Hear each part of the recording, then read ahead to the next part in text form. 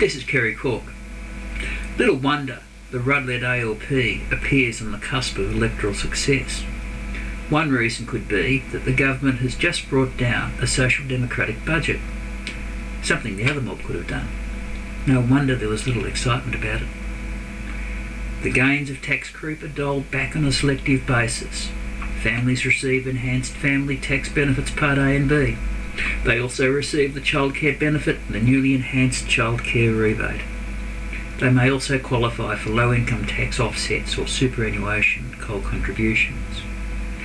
Taxpayers' money is not only locked away in the Future Fund, it's now locked away in endowment funds for use in education. The only thing that didn't happen was trusting Australians how to use their own money wisely in the pre-tax first place.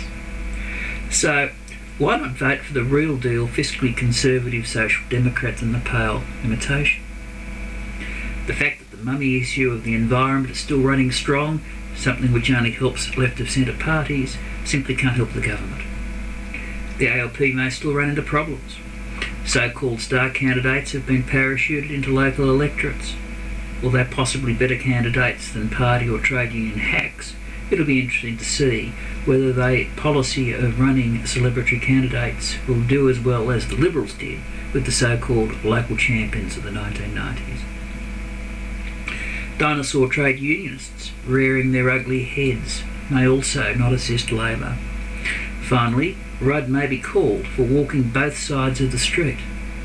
He's either the man to guide Australia away from the Brutopian clutches of the Liberals, or will govern as a fiscal conservative. There is a fundamental distinction between the two imageries. The government will have to convince the electorate that they deserve to be returned because of their careful stewardship of the economy, as well as their incremental, as opposed to a fundamentalist, approach to the environment. The upcoming APEX summit is therefore terribly important to the government.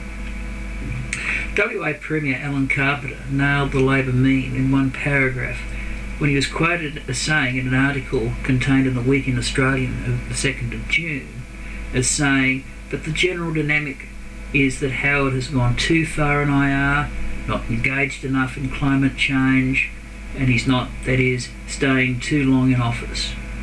I think these things are playing out there in the landscape you see outside. Now, if the Libs can't reverse those sentiments contained in those 37 words, they're toast. All that said, there is some hope for the Liberals.